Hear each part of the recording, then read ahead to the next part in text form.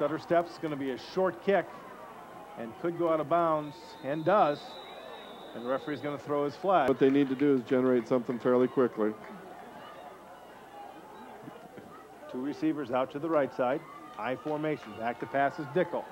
He has some time. Now decides to pull it down. He goes out to the left, gets it to the 35, and tackled at the 36 by Phil Kinney.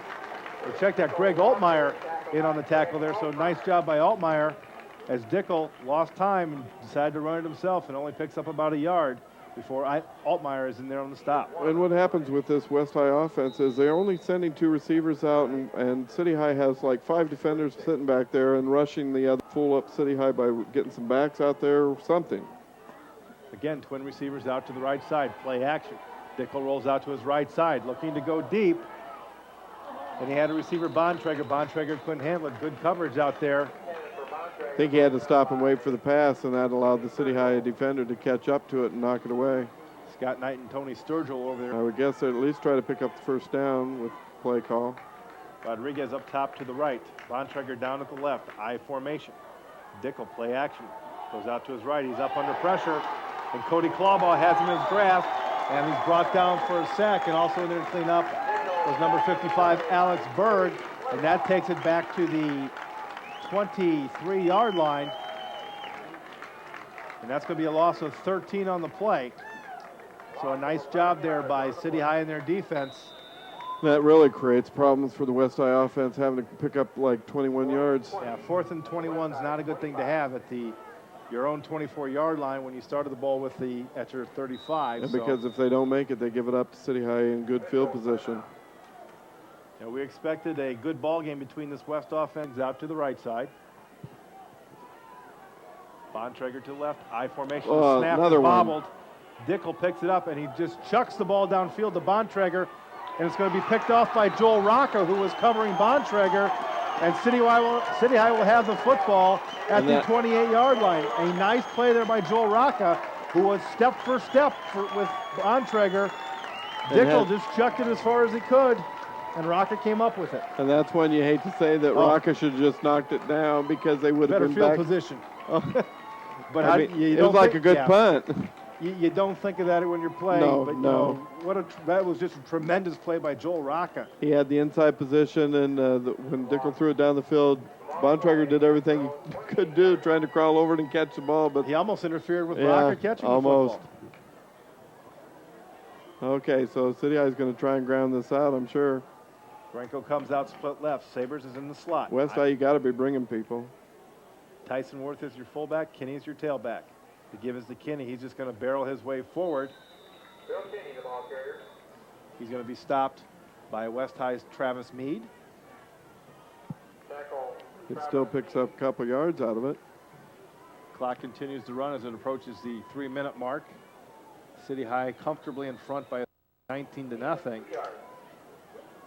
And boy, nobody I don't think would have expected a shutout in this ball game, looking at these two teams coming into it. No way, yeah. Both of them had enough offense to get points on the board, but wow. Okay, West High. City High is going to have a 2nd and 8 situation. Jen will be up top in the split formation left. Give us to the fullback Tyson Worth, and he goes up forward for a couple yards before being stopped by Austin Postler for West High. That's going to bring up a 3rd down in around 6. Yep. Ooh, we agree. Hey. City High play. New lineman is Nate Mullins for City High. Kennedy up under center, directing traffic. Give this to Kinney, the tailback. He barrels his way forward, gets out to about the 35-yard line, a pickup of 3. He is stopped there by Mark Shapfeld. A 4th and 4 situation, and brings on D.P. Iman to punt. And in this situation, the first time in the ball game form, D.P. Iman ran it 76 yards for a touchdown. The second time West High almost got to him. Then we haven't seen him since. Yeah.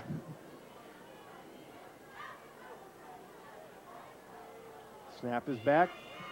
Kick is away. Good kick by Iman as it drives Winchell back to the 25-yard line. Check that, Bontrager has it at the 25, brings it out to the 35-yard line. So So a nice kick there by D.P. Iman, and I think that's one of the better kicks we've seen out of Iman this year since he's taken over the punting job for Kennedy. And definitely, because he was picking that up. It was a little bit of a low snap, and he picked it and just punted right away because he knew that rush was coming on him. Because that's, I'm sure, what West High was calling the timeout, trying to set up a block. We're not able to get it, but now they have the ball at good field position. If this were the first quarter, that would be great. But it's not, as they face just 1:41 to play in this ball game. Dickel back to pass. He's under some pressure. Looks left, throws left, incomplete at the 40-yard line, intended to Bobby Windauer. And again, you have to. City High can just sit in their zone and kind of watch people. I formation, receivers left and right. Dickel back to pass, looking to go right to Bontrager. Has it complete out near midfield, about the 49-yard line. A 14-yard completion from Dickel to Bontrager, forcing him out of bounds.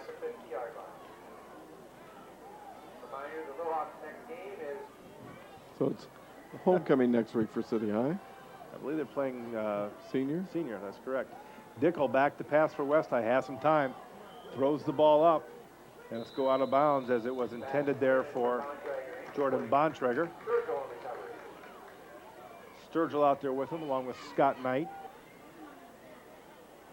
Bontrager going out to the right side. I formation, back to pass. Dickel again going to Bontrager. Has it complete. Bontrager has it around the 30-yard line before he's brought down at the, looks like it's going to be the 27. So a 23-yard completion from Dickel to Bontrager. Two receivers out to the right side. Back to pass is Dickel. He's going to the right side, overthrows his intended receiver, and it's going to be picked off by City High. Jeez. Well, and coming up with that one, I believe, is Joel Rocca, and that's his second interception of the ball game for Rocca. And I believe that's his fourth interception on the year for City High. It's like Murphy's Law. If it can go wrong, it's going to go wrong. Right. And that seems to be what's plagued the West High offense all night. Yeah, Rocca came into tonight's ball game with 2 interceptions. He has 2 more. That's 4. And he leads the conference right now. Depending on the other games. Depending on the other games, but leads the conference right now in interceptions. So with 54 seconds to play in the ball game, City High with the ball deep in their own territory. Probably just take a knee, and Kennedy does. Wasn't sure how many knees they could take. They're pretty close to their own goal line. They've got the ball on the 7-yard line, so they're okay. Depending on how far.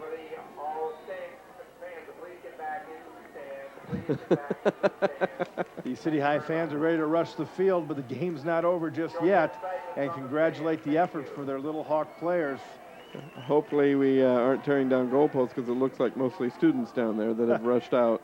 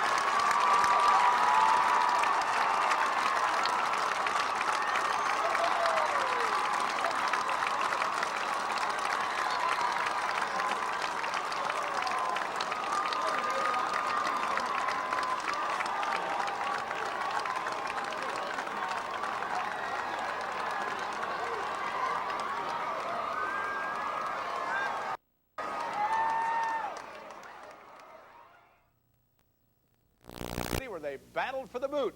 Scott Sable joins us live from Bates Field, where City High hosted Iowa City West. Scott? Yeah, John, Iowa City West was undefeated, and they had the boot, but City High with a little surprise attack tonight. Let's check out some highlights from this one if we can.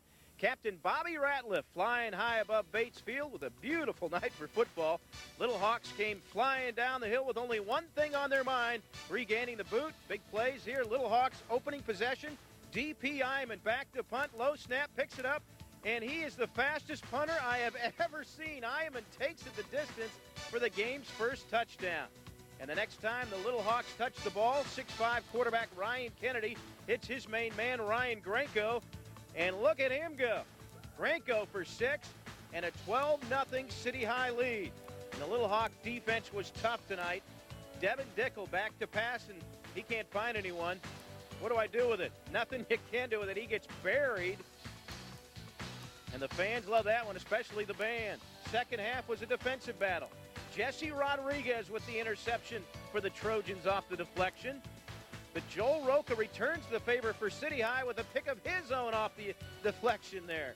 And City High put the game away in the fourth. Phil Kenny gets outside on the sweep. 16 yards for the touchdown. And City High regains the boot with a 19-0 shutout. And the celebration was on.